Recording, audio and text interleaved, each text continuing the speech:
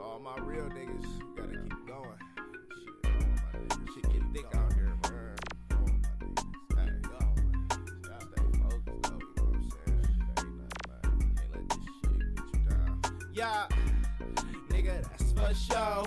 We gon' get this money, nigga, that's for sure. Yeah, for sure. I'ma get this money, nigga, that's for sure. Motivate 'em, motivate 'em, motivate 'em, motivate 'em. Nigga, that's for sure. We gon' get this money, nigga, that's for sure. Motivate 'em, motivate 'em, motivate 'em, motivate 'em. Nigga, that's for sure. I'ma get this money, nigga, that's for sure. What's up, y'all? What's up? Y'all back with another week of Rolling with the Homies. Hey, It's your boy Fleas. Got my illustrious co-host B. Brian. What's the word, my nigga? What's the motherfucking deal? We in here, man. You already know what time it is. It's B Bryant, man. Follow me on Instagram, b.bryant_3 times. You know what I'm saying? Check out my record label page as well, BU Records. You know how we rocking. And as you always know, you can follow the podcast at Rolling with the Homies Instagram. Check us out on sdlive.com and my personal Instagram page, it's _Fleas. Shout out to SDM Live, too. Now, how you know? We always keep it pretty simple. We come in with the trending topics for the week, then follow with a guest for y'all.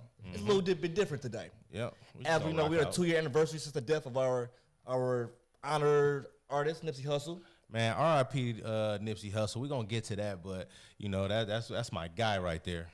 He did die on this day 2 years ago, March 31st, 2019, born August 15th, 1985. And it's crazy because days like this, I had a weird feeling about today. Nothing happened like in my personal life, but I just had this weird feeling over me today because this is the day that he died 2 years ago, and it's just March 31st been weird ever since bro passed. Just for me, I don't know about nobody else out there, but I'm gonna be honest.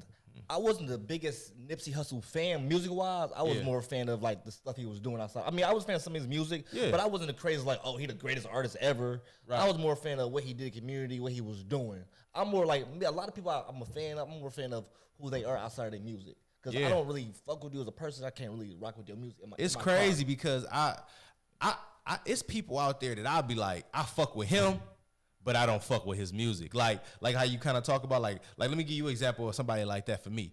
Rollo, like the one that's in jail. The nigga from Atlanta. Like I fuck with that nigga because he get money, he a hustler. You know what I'm saying? He from the A, he fuck with Future.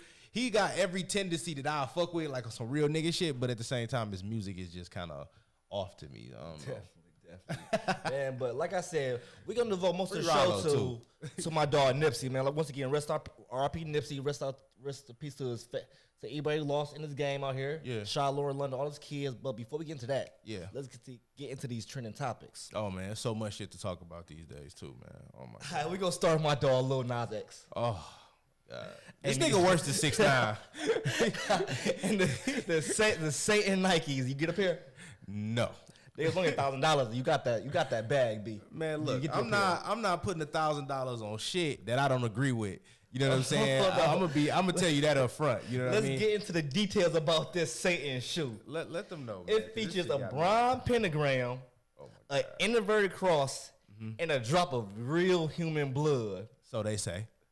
I believe him. Listen, I believe the human blood. I mean, hey, all this. So this is my thing about that whole situation, right? First of all, he's making himself out as an industry plant. Now, if you don't know what an industry plant is, somebody that's planted into the industry by the industry to push a weird agenda, okay? Agenda that's not, let's say, parallel to what real niggas think. You see what I'm saying? They trying to push an agenda that's not, to me, a good agenda. Let's just say that. Okay, so let me just expand on this, right? So he done came up with a Nike shoe that's basically worshiping the devil. The shoe is worshiping the devil. You know what I'm saying? From the symbol to the colors to the just everything about the shoe. And I just don't agree with it. You know what I mean? Because I feel like he is, now it's nothing against anybody that's homosexual. You know what I mean? But Lil Nas to me is just an industry plant because he's just pushing an agenda to tell people to do the opposite thing of what's right. You know what I mean? And then he got our kids' eyes. He got our kids' ear. And he says that he's not a child artist. But Old Town Road, I'm not listening to Old Town Road. I mean, bro. Are you? I mean, he's not a kid artist, but, I mean, listen to the lyrics, bro. He's talking about he's talking about sipping lean and prostitutes throughout the song. I mean, it's really not a kid song in the first place. But it to me, it play off like video game vibes. I mean, personally, this is my thing, right? Mm-hmm. I don't support the shoe. Okay. I don't really support his whole narrative. You know, I'm not anti-homophobic. You know, I just don't support it. You feel me? Like that's also one thing I think we gotta get away from in society. Just because you don't support it, don't make you against it. Yeah. You feel me? Like, listen, and that's real talk, really, bro. that's some real shit. Just because I don't support the gay world or homophobic or transgender, I'm not saying I don't support it, I don't understand it, doesn't mean I'm against it. Yeah. You feel me? You can be neutral. If you want to be in your own bag, being transgender, gay, whatever you want to call it, be that. You feel me? I do not have a problem with it. I just don't understand it. So don't make me a bad person because I don't understand it. Well, and that's one thing we got to get away from in this society. And you're right. The minute we say we don't like Lil Nas X, we're homophobes. Exactly, and that's not true. Because I don't want my kid like imitating him. I'm sorry, I don't. Trust me, it's not because he's gay. Because this is straight niggas I don't want my kid imitating. Exactly. So it's not because trust me, it's far from me gay. Yeah. But like I was getting to, I don't support it, and I don't really understand it. But he doing what he meant to do. Yeah. He's the shoe sold out. The shoe it was 666 copies of the shoe. Okay. They all sold out under 1 minute. And that's my thing. They still trying to push that 666 number. That shit is weird. $18. So somebody made some money. No, for sure. He got publicity. So I mean, at the end of the day, there's people out here that say he's a marketing genius. You know what I'm saying? And maybe that may be so, but in this world or in this generation, it's crazy that you gotta be weird. You gotta do some crazy shit. You gotta look stupid to get the marketing and the numbers that you need. Like what happened to just being a real nigga, just being who you are to get those numbers? Looking stupid, you have the gimmick. Okay, a gimmick. But people will actually look at a video if you tripped and fall way more than they'll look at you write a book. That's basically what I'm trying to say. Yeah, definitely. But tripping and falling is a gimmick. Writing a book is kind of not really a gimmick. You feel me? Tripping and falling all day is a gimmick. Yeah. Well, this is also what I wanted to say about the Lil Nas situation, right? Like I say, I ain't got nothing against, what he is, because every time I say something about it on the internet, people, well, you must be against gay people. Like, no, bro, this is not that. Like, it's just that the major industries are pushing people like Lil Nas, and I feel like, why can't we have someone that, not to say me, like I don't want somebody that looks like me and talk like me, but something that more people can relate to, that are young entrepreneurs, that are go-getters, that are, just real people. You see what I'm saying? I don't feel like we relate to Lil Nas so much because he got fake breasts. I mean, got everything. I don't relate to Lil Nas, but just to play devil's advocate, know, someone would say, okay, there's 100 other artists for you to look up to, want to imitate, want to be like white or pressed on. Okay, Lil Nas doing. Well, I just feel like they put the most marketing dollars behind him. He gets the biggest budgets. That's what I'm trying to say. Like that's our fault. Okay, it may be the consumer's fault. Exactly. 6ix9ine, we made him. That's true. Now that's what I can't. Lil Nas X, his shoes, and that's my thing. We made that. So I don't that's why I say I don't support it, but I can't really knock it because we made it. Yeah, because people are just so confused enough to deal with a nigga that's so confused. To me, this nigga Lil Nas is a confused individual. He don't know if he want to be cool. He don't know if he want to be gay. He don't know if he want to be a girl. He don't know if he want to be a boy. No, at the end of the day, young black males don't need to be looking at figures like this. We are already fighting white people killing us in the streets for police officers. We already fighting being poor and coming from backgrounds where we don't have dads, and like come on, man, don't put something else on us that y'all trying to make us be, which is gay. Come on, man, that shit is just. Like I can't. That shit's weird. I think you giving Lil Nas, you give him too much credit and blame at the same time. At the same time, I don't know. Too much credit and blame. Well, when you get a shoe that's way before worship Satan, he what the fuck else you supposed to do? Records. But besides the shoe.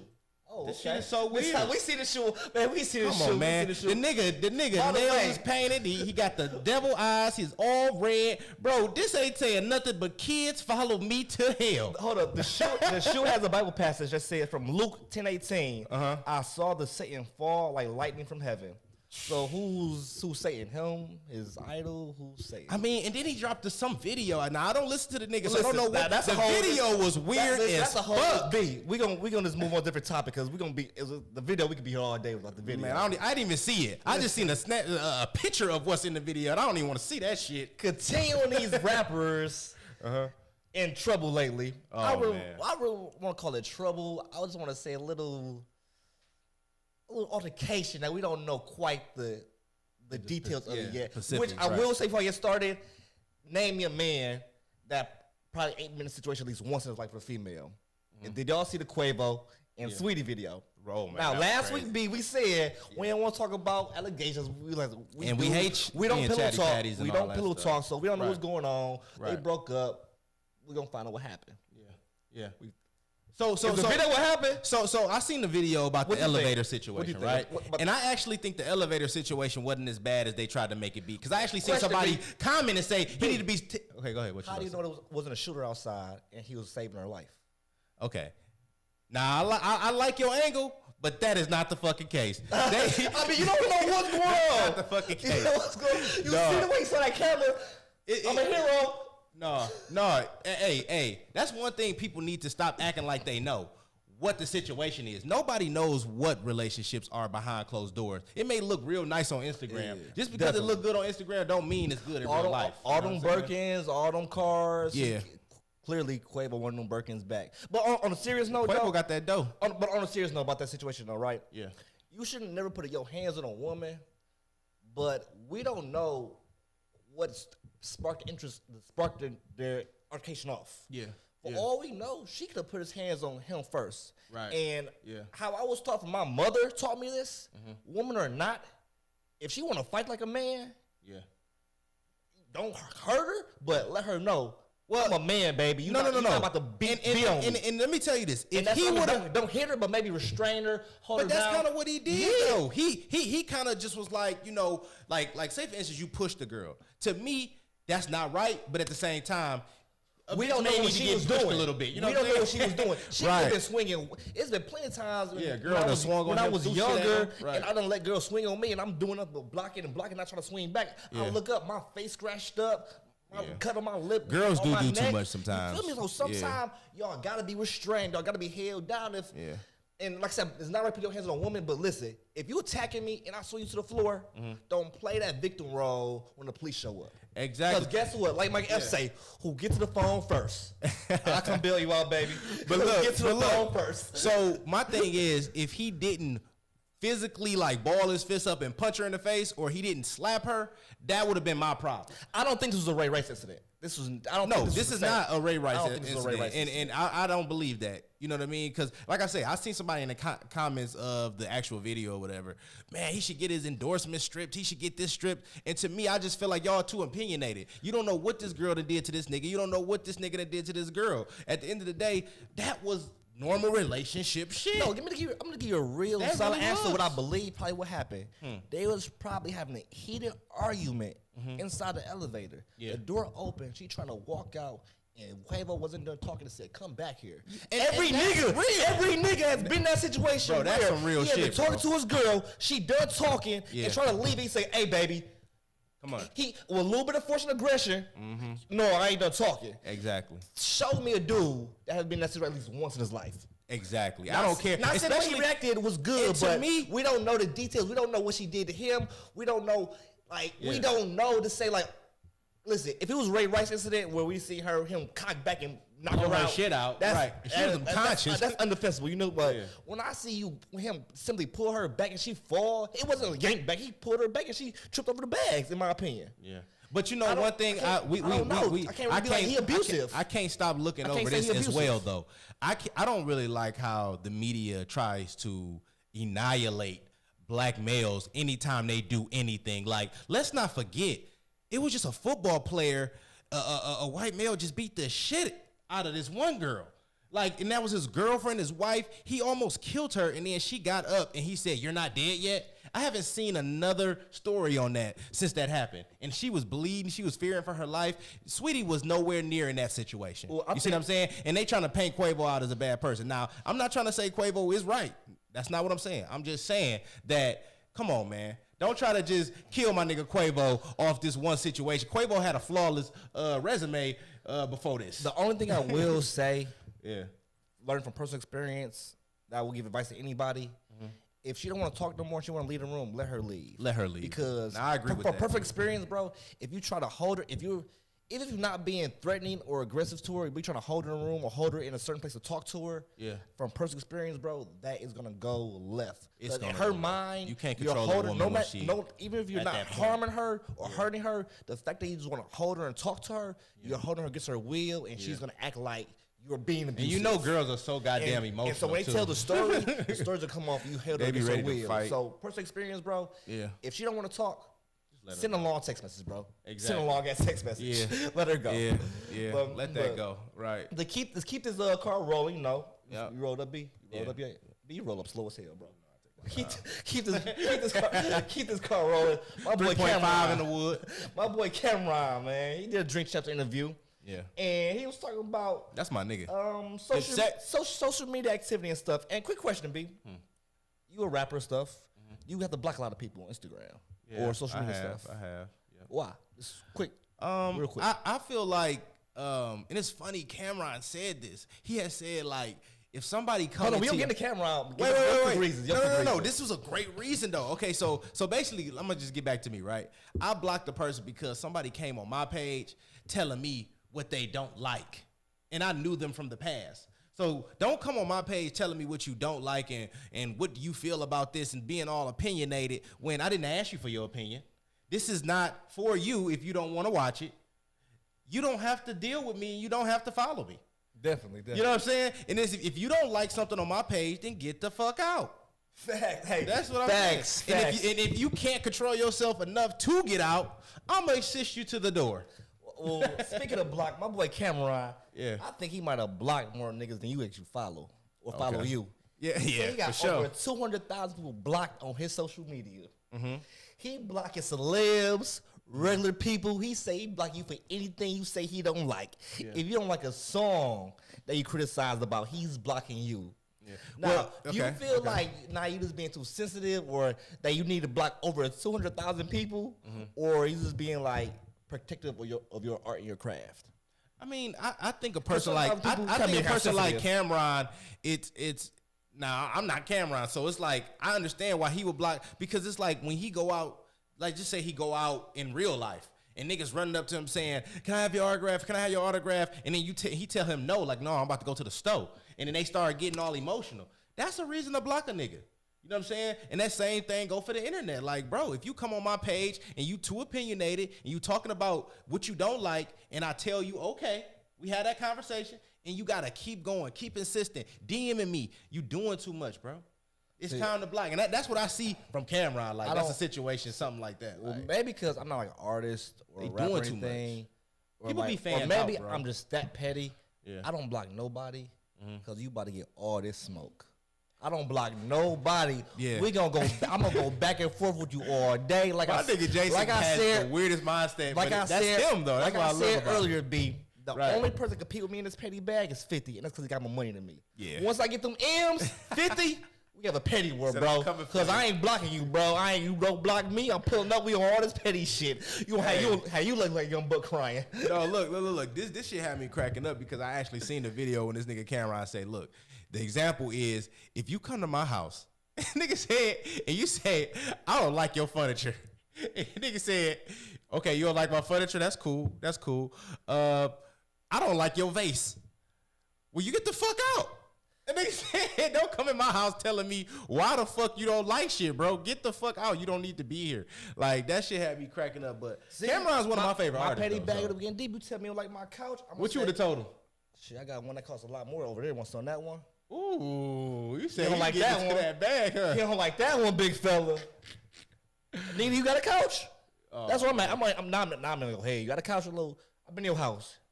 You don't even got a couch. It's a goddamn blow up room. Everything is blow up. The couch, the bed, there's a goddamn playscape in that bitch. A safety pin, your house is gone. You probably done gotten a couple fights in your life, did? Me and my petty bag. Listen, bro. I've been 6 feet 160 a long time. I need to know how to move around this world. That's real. So on that when you said you watched the Cameron interview, did anything like stick out to you that you didn't know about him or something like that?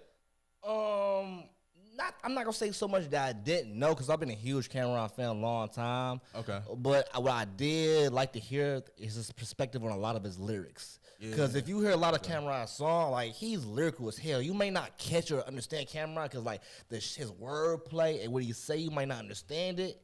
But he's lyrical as hell. And once you understand and catch on what he's saying, he's honestly one of the best lyrical rappers out there to me. Did you know that Biggie signed him in the beginning? No, I didn't know that. I know I heard stories he ran with Biggie and them boys, but I didn't know he was actually signed. Well, he rapped for Biggie, and Biggie basically tried to sign him to like a Junior Mafia, but more designed just for Cameron. But when Biggie died, Cameron was just stuck on the label. He had just signed a deal, and then Biggie passed away. So who he signed to? Bad Boy?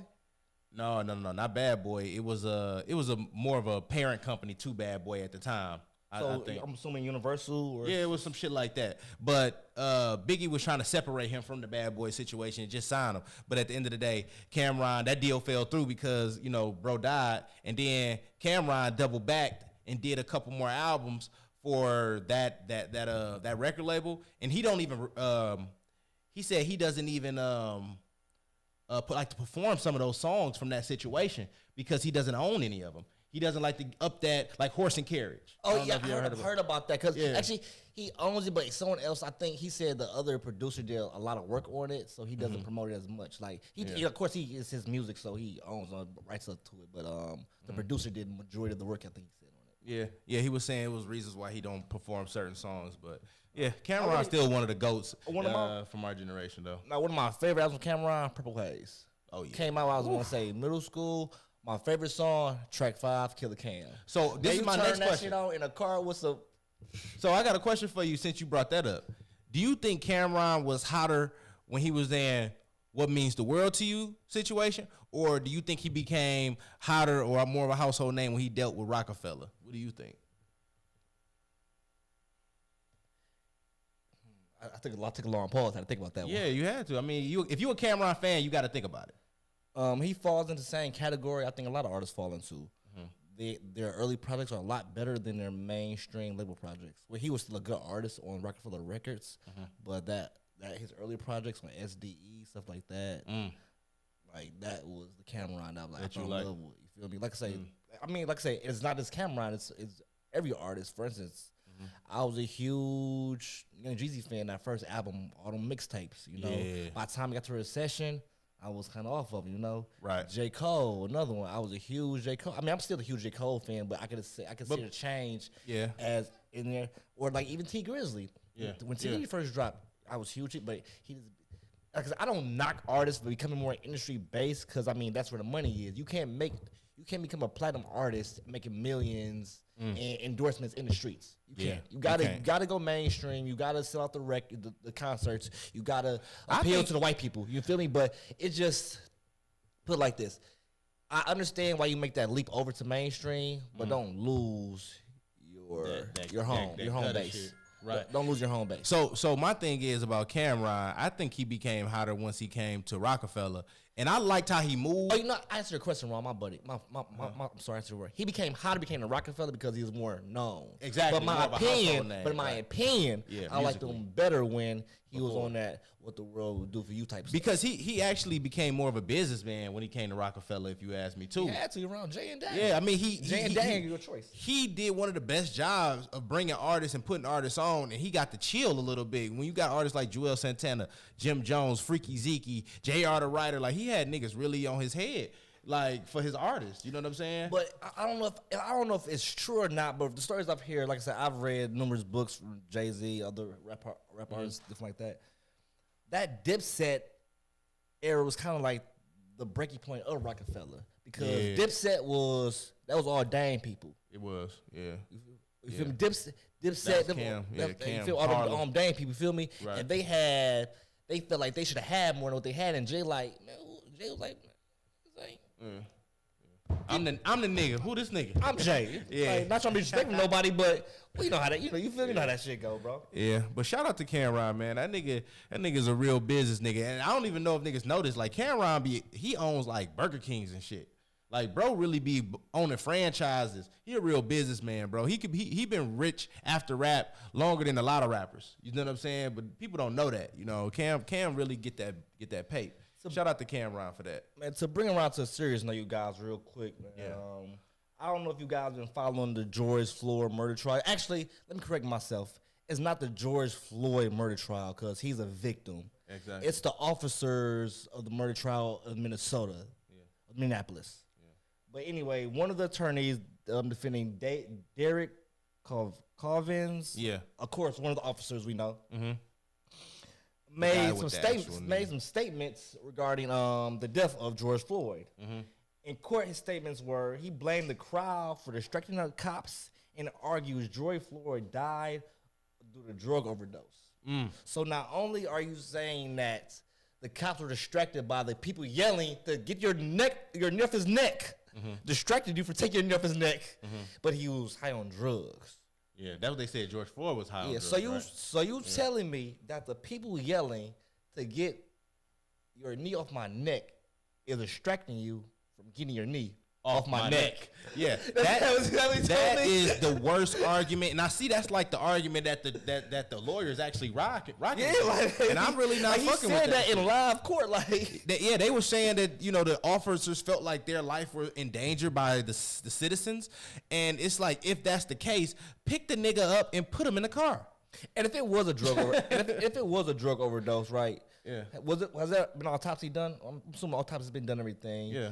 Why hasn't it come out that he was high on whatever? And it better not be weed.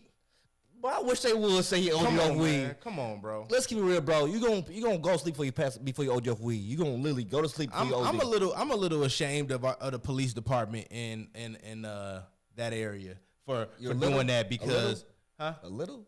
No, I am disappointed. I'm sorry, because I actually feel like they should have handled that better based on the training that the police department should have gave them. Bro, you can't be scared of citizens and trying to be tough to the citizens. That's the training they get.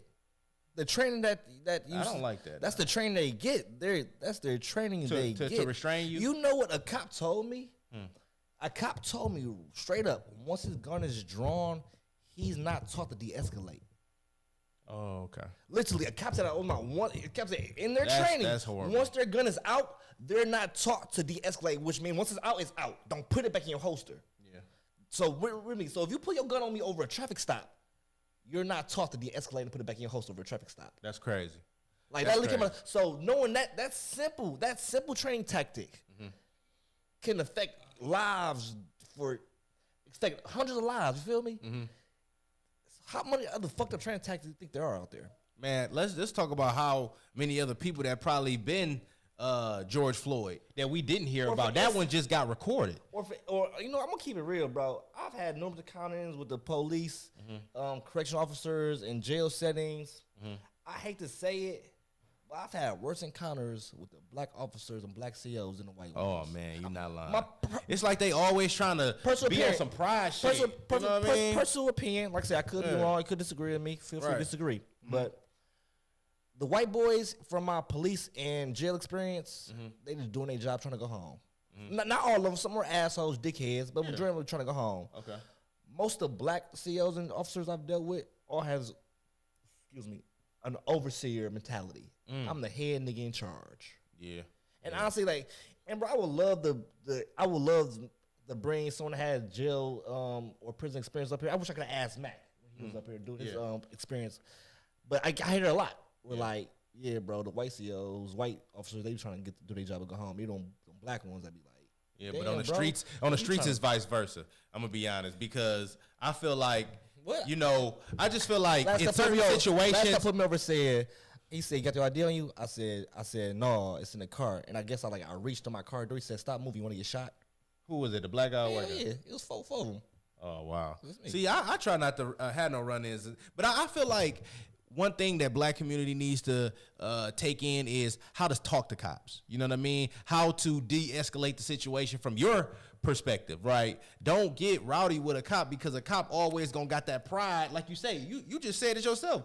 A cop told you that they was taught not to de-escalate. So maybe it's our job to talk to them in a de-escalating way. Bullshit, B. I should not.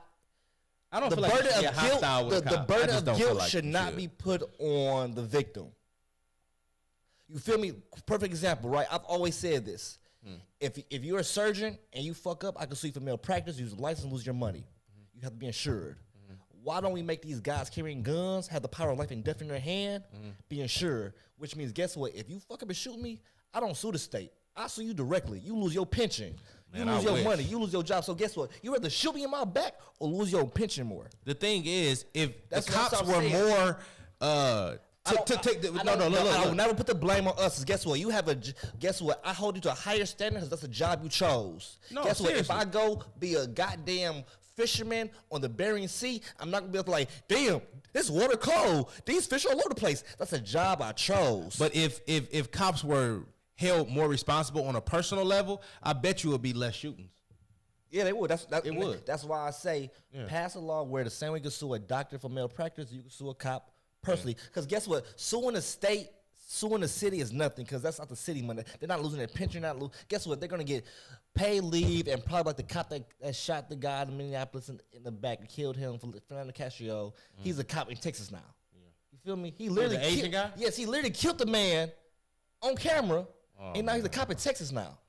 So guess what? The world just not fair. If you ask me, man. That's what I mean. That's they have to be held more accountable individually as police officers. Bro. I wonder how it would have been if that was a vice versa situation. If the cop was black and the guy on the ground was white and he killed him because he's a cop. You know, blue protect blue. Yeah. I would hope so. They love to say like, oh, that's y'all not smart or that's don't stitch in the street, stop stitching shit. But y'all do it in the police department. Y'all not telling each other. And that's another thing my issue about police officers too. If you're a bad teacher, I'll say you're a bad teacher. If you're a bad weed man, you got bad weed. You feel me? Yeah. If you're a bad auto mechanic, you're not a good auto mechanic. Right. I've never heard a cop say that's not a good cop. Yeah, because they don't want it to reflect on them, too. The power of someone's life in your hand, you should be the first one to step up and say, you're not good at your job. I actually seen a couple clips of a police officer calling out another police officer, but it's after the George Floyd shit. So, maybe it is, starting to be a revolution in there, but I don't think so. And like I may be wrong. I'm just speaking from my own personal point of view and personal perspective. Like I say, if you have a different view, feel free to hit us on our Instagram with your own perspective. Rollin _ the homies. At the end of the day, I think, in just my opinion, the cop that had his knee on George Floyd should be convicted and he should go to jail for this. You know what I mean? I don't see no way out of it in my head, but we never know. It's America. I mean, based on the history, I can't really guarantee that he's going to be prosecuted, put in jail. I actually seen an article that said the cops were overcharged. Oh, wow. So yeah, that's what I'm saying. But anyway, man, like I said, hope y'all enjoy y'all time here rolling with the homies. We finna take a quick commercial break.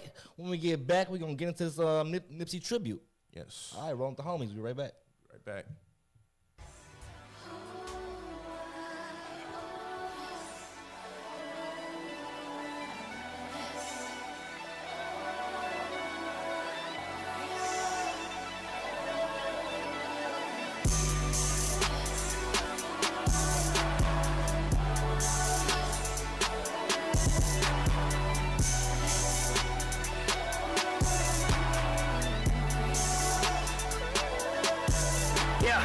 All that stress on my brain, right?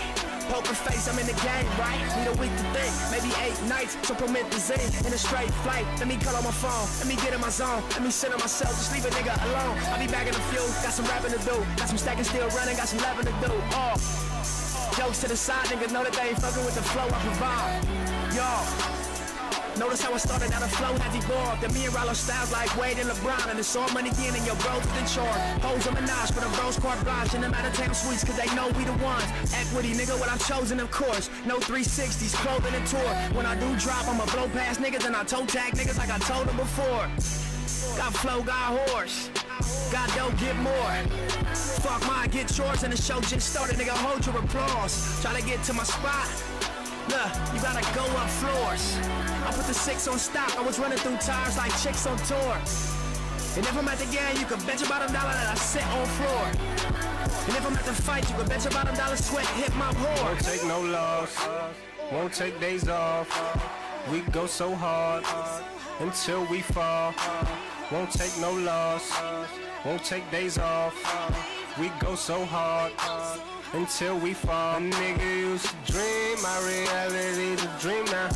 Nigga used to dream, my reality a dream now. I'm living out my dreams now. Living out my dreams now, now. Sitting in the trap like damn, trying to turn a couple grams to a couple $100 grand. I grew up in the town, they don't make it out up. If you black, you don't live to see a man. You seen 21, you the one the lottery. Talking friends where the street stand, took a lot from me. I washed up from a robbery. Now your name 4657239 B State property. Yeah, you had a dream, now you living out a nightmare. You almost made a little nigga, you was right there. Now your release date is in another light year. Yeah, and it's quite clear, all you needed was a little bit of guidance. In your household, it was just silence. You was your own mother and your father. How the hell you supposed to know what to do when nobody showed you the ropes? All they showed you was pistols and dope. Game flags in the land with no hope. Where every fit of hat mean a different hood. Make it out and they still want you in the hood. Your own homies don't want you living good. Niggas for themselves, get it understood. It's just a playground full of mood swings. Die for the color of your shoestrings. Wish I had a different way to view things. You either had a rap book or had a hoop dream. From El Segundo to Slauson. Me and Nipsey, young bosses. Never taking no losses. Check the garments, nigga, life marvelous. Won't take no loss, won't take days off. We go so hard until we fall. Won't take no loss, won't take days off. We go so hard until we fall. A nigga used to dream, my reality's a dream now. Nigga used to dream, my reality a dream now. I'm living out my dreams now. Living out my dreams now.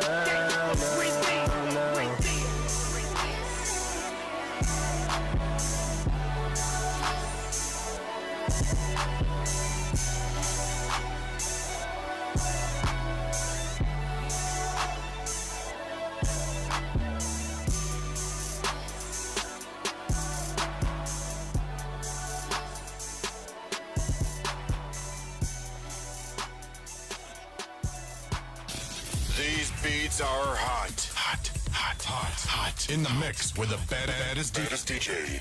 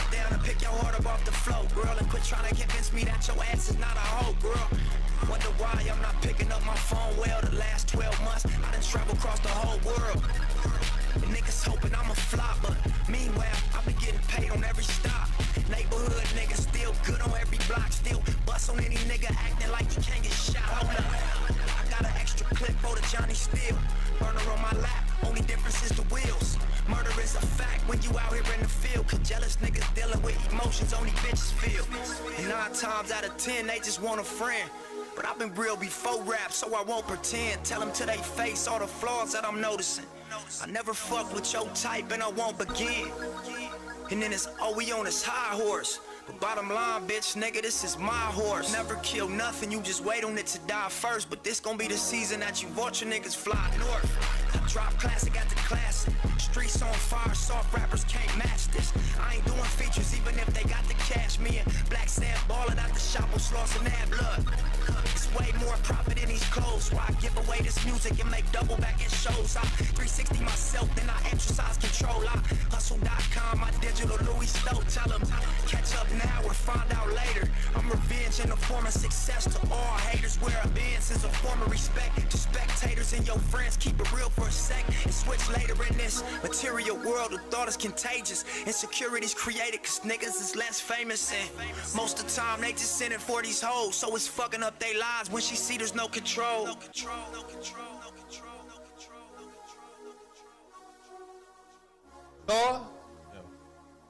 Welcome back to Roll with the Homies. You have spent the block one more time. Back with your boy B and your boy Fleas. What's the word? What up, though? B. Not like we Brian said and this bitch. earlier.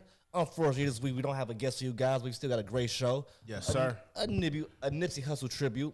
Yeah. Nah, B, like I was saying earlier, I was bigger on the work Nipsey did. Fairness music, but bigger on the work he did in the community. I don't so much know about his background history, the specifics like you do, because you were a huge fan. Right. So let us know. Tell us about Nipsey, man. So, I mean, just to give y'all a small background, obviously, you know, Nipsey was born in like 1985, August 15th, 1985. You know, he passed away on the 31st 2 years ago. You know what I mean? And, you know, RIP. But Nipsey, he did a lot of big things in the community, if you ask me. I mean, someone that basically came up in a hood, got to a level where, hey, I want to be an entrepreneur. I want to sell my own clothes. I want to sell my own music. Took that from a corner to their own business. First started off renting that building. You see what I'm saying? We speak of the Marathon clothing store, right? Yeah, Okay. yeah. In his hood, giving people that had criminal backgrounds, giving them a job. You know what I mean? That probably couldn't get a job nowhere else in that community. He said, you know what? I'm gonna give you a job. You know what I'm saying? So to me, that was a big step in itself. You know what I mean? You leveled up and then you helped people that's around you. That's a huge accomplishment because people say they're gonna do that when they get money, but to actually go through with it, I mean, that's a huge nod. You know what I'm saying? Okay, so then he created his own brand, Crenshaw, right? Boom. That's a real, like, already a classic, you know, leap and bound for him to even go with the Crenshaw theme. And he selling out shirts. I mean, we talking about before he passed away, he was creating new technologies. I'm talking about selling out every time he dropped a new drop. You know what I'm saying? So let's talk about the business that this man had going on, right? Before we get in that, I would speak on more about his difference, because I'm pretty sure that Nipsey wasn't the only, you know, reform gang member, whatever you want to call him, in his neighborhood that was trying to do things in the neighborhood. What made him stand out compared to the guy next to him that was trying to do the same thing? Well, to me, what made him stand out was just staying focused and being confident and believing in himself every step of the way. You know what I mean? To join a gang, that's already hard enough for anybody to do. You know what I'm saying? Because it's a lot of peer pressure that come with that, right? But he stood on that, represented them guys, and still was able to basically give you this real nigga persona, which is hard to emulate in the music industry because everybody's corny in the music industry. I mean, not everybody, but it's a good dose of artists just become corny, right? It's like commercial, what they always say, commercial. He never really got that stigma, if you ask me. He never became commercial. He never was a person that, you know, sold out. Like that, to me, is what separated him from the next guy. He never was a guy that actually sold out. You know what I'm saying? Yeah. And he stood on 10 toes. You know what I'm saying? And then you know the saying, "Oh, I'm gonna take the stairs," right? That's like the long road, right? That's exactly what he did. This man dropped 13 projects before his first studio album. What was your favorite project? My favorite project would have to be, it's between Crenshaw, Marathon, and Mailbox Money. I was gonna say Crenshaw. You know why I never say Victory Lap, even though it's probably might be my favorite. I never say it though, because that's the one that everyone knows. You feel me? Yeah, like yeah, that's what everybody knows. Right. Like I'll admit, I'm not a huge Nipsey fan. I enjoyed his like I said, what he did in the community. Right. But like the one thing I hate seeing, even with Nipsey and a lot of other artists, once they pass away, they become the biggest.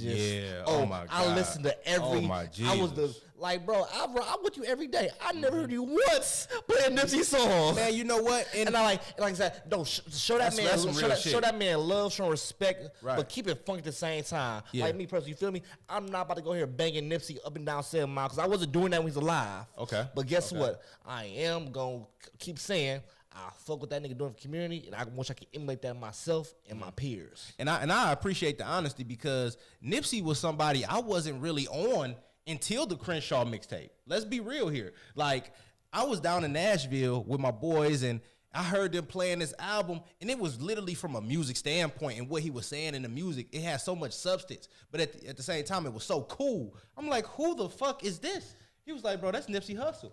I said, bro, I'm about to be a fan of this man because, I mean, that day I'm a fan. Like, I claimed that, right? Because I never heard somebody who was like, damn, this nigga is intelligent, he prolific, and at the same time, he cool. And that's hard to do in the music industry.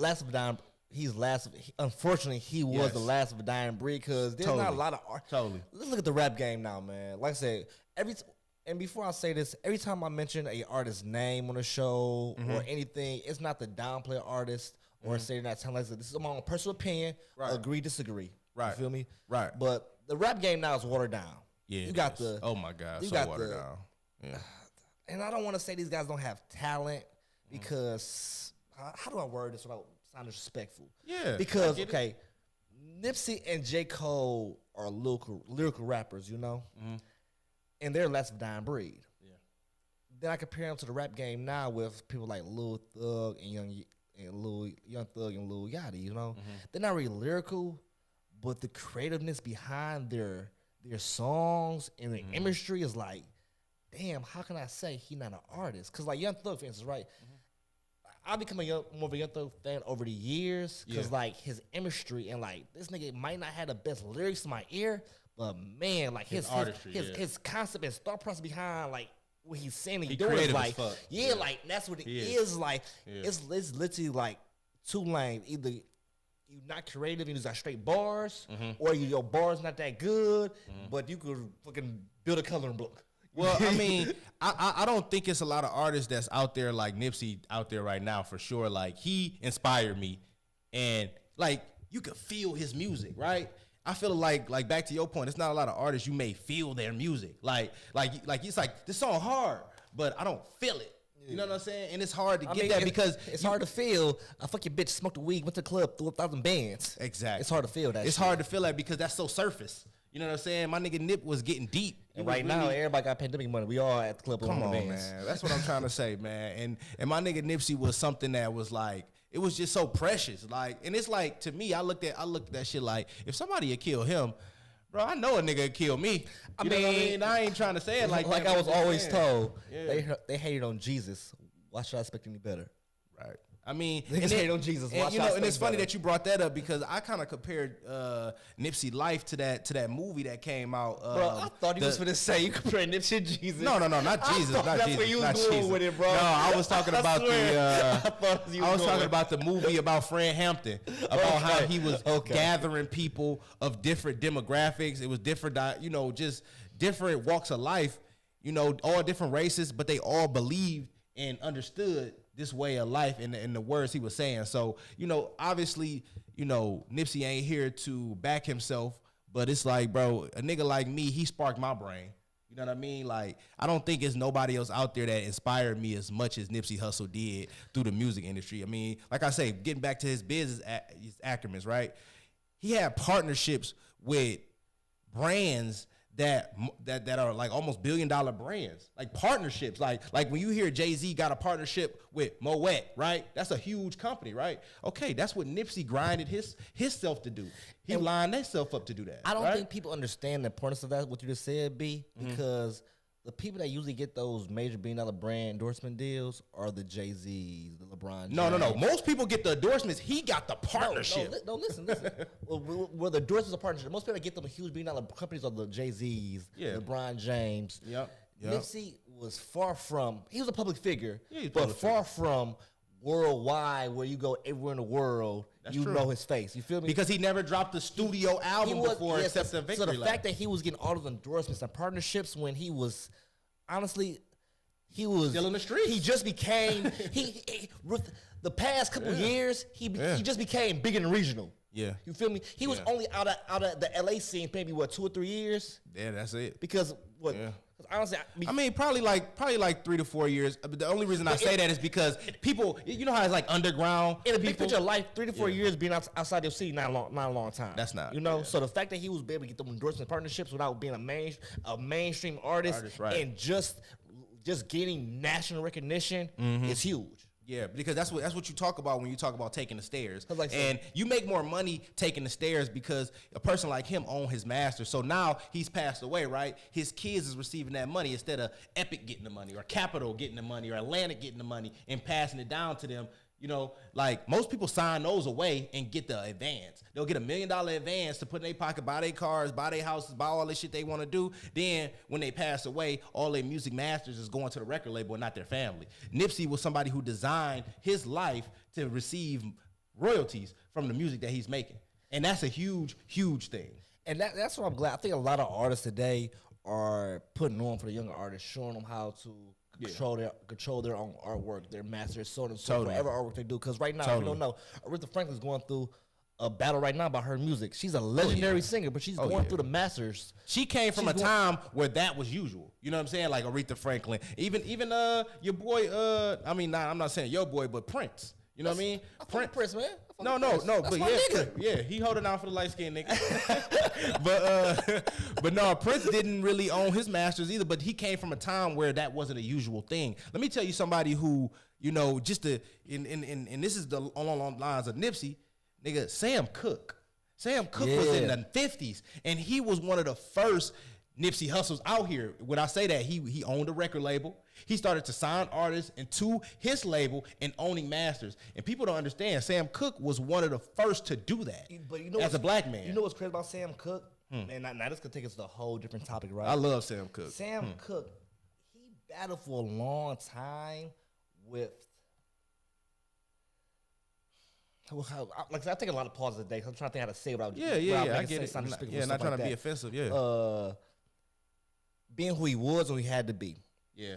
He feels like, say, he wasn't the darkest black man. No, he wasn't. He wasn't the darkest black man. He was black, and especially during those times. He took a lot of criticism from his counterparts because he made quote unquote white pop music, you know, instead of sticking with the songs that we all know of, such as "Change Gonna Come." That's one of his most famous songs, and that's our grandmas probably know that. But what people don't know is that's probably one of the first songs he did that actually wasn't catering to the white masses. Exactly. And it took him a lot of courage to make that song. If you watch his documentaries and interviews, you will be surprised how much hell he took for catering to white masses. But that goes back to what we said earlier.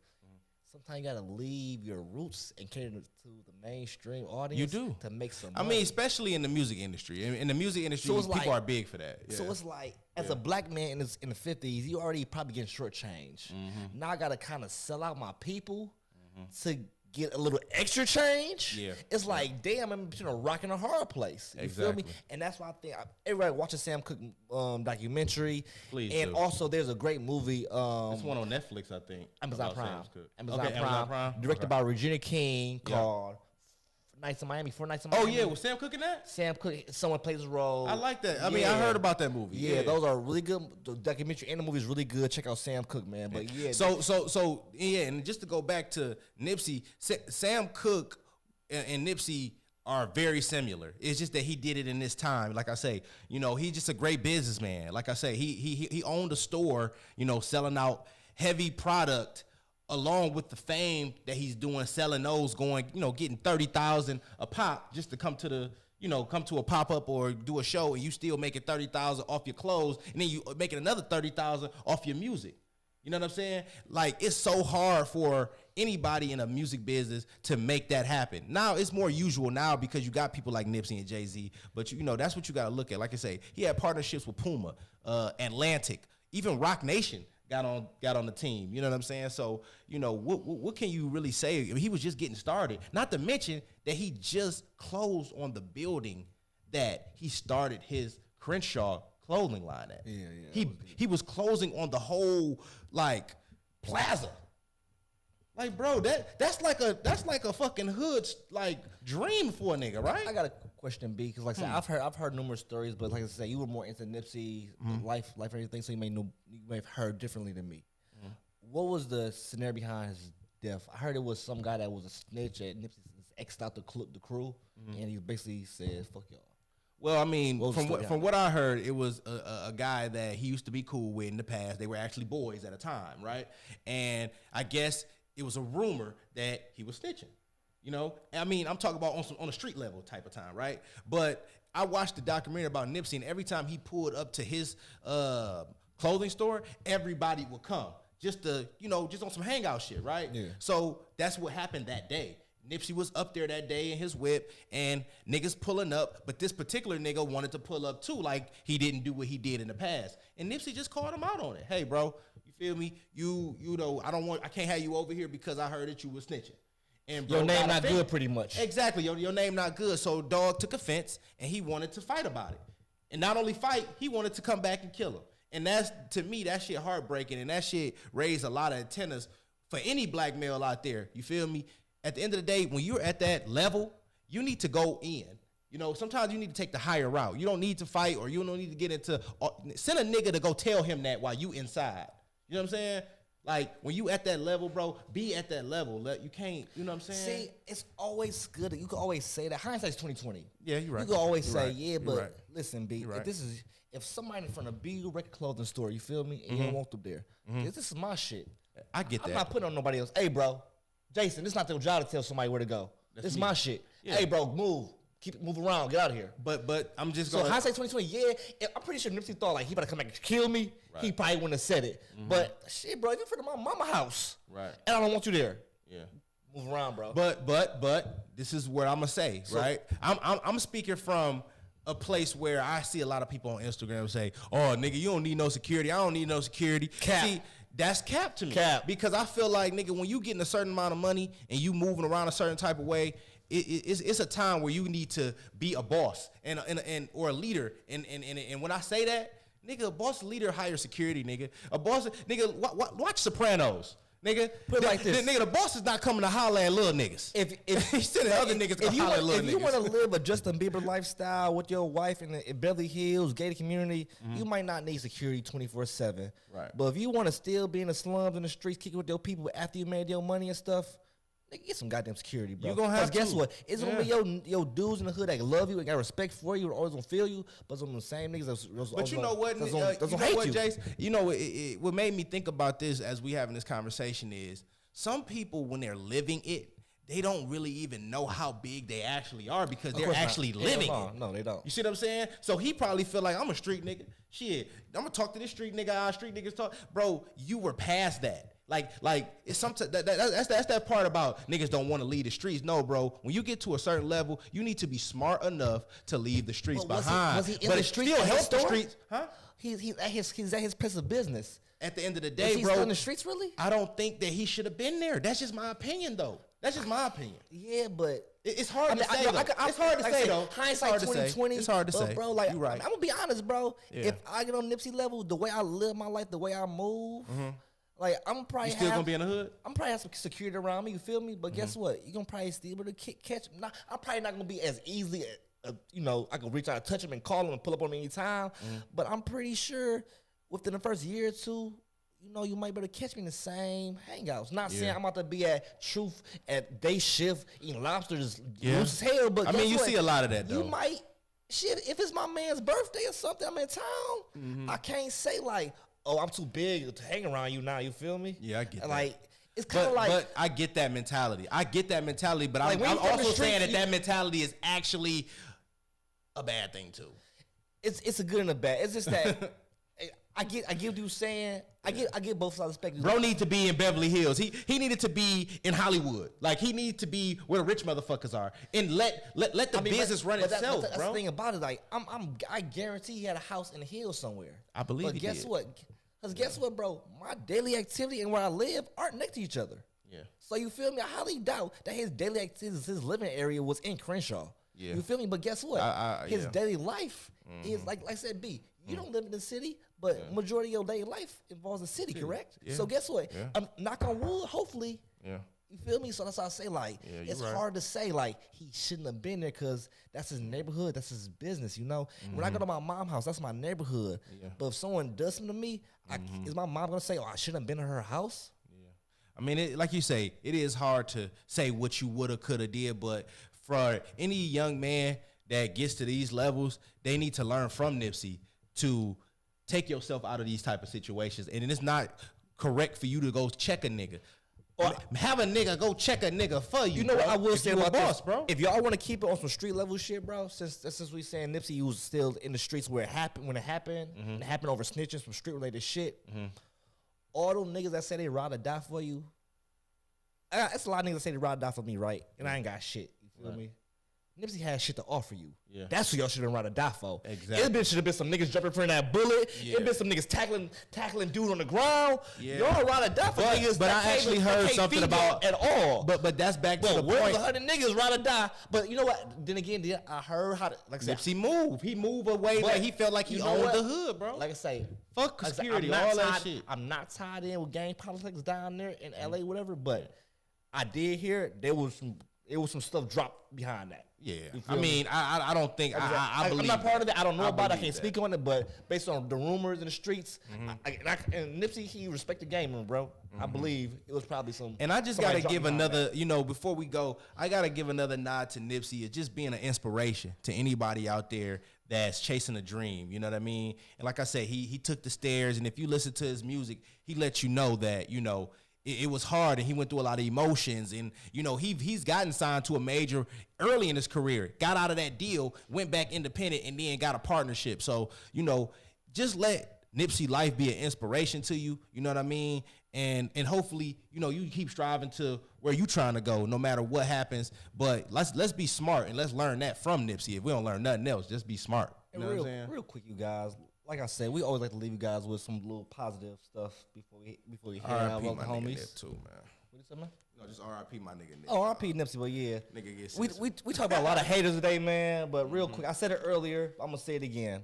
They hate on Jesus. You shouldn't expect no better. Oh man, you roll with the homies, man. We see y'all next week. We out of here. Yay. We out.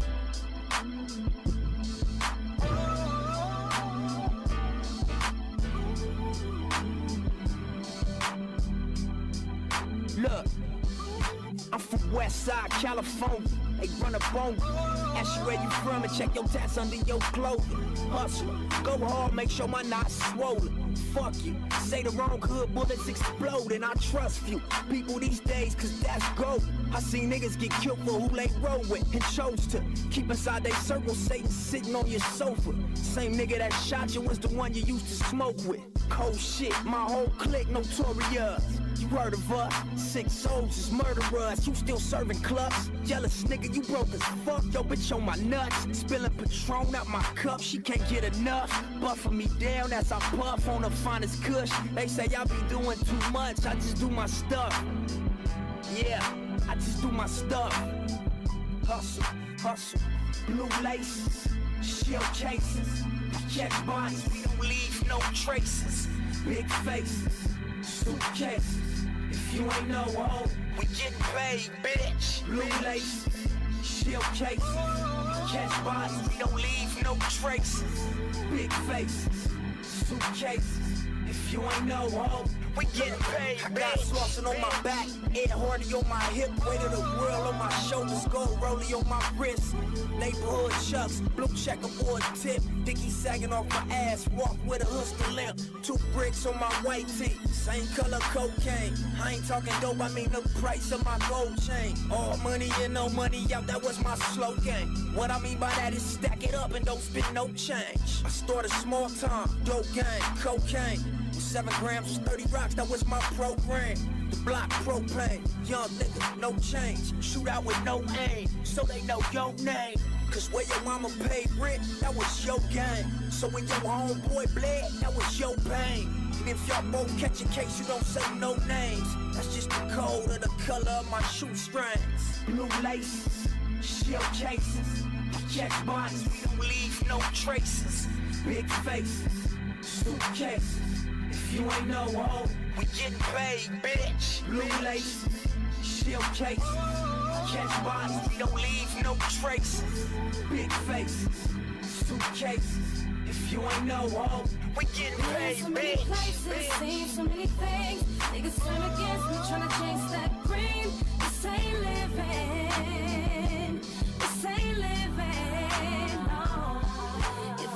getting paid, hustling every day. While homies passing away, no, this ain't living. This ain't living. No. What happened to the code? Streets is all in shambles, niggas pondering they know. It's a shame to what we stand for. They think we on some killing other niggas shit. We really on some stay down and diligent. The streets is cold, turn innocence to militants. Young niggas gang banging for the thrill of it. Pops was gone, moms was never home. The streets was right there, so they took you as they own. Blue laces, shield cases, catch bodies, we don't leave no traces. Big faces, suitcases. If you ain't know, oh, we get paid, bitch. Blue laces, shield cases, catch bodies, we don't leave no traces. Big faces, suitcases. If you ain't know, oh, we getting paid, bitch.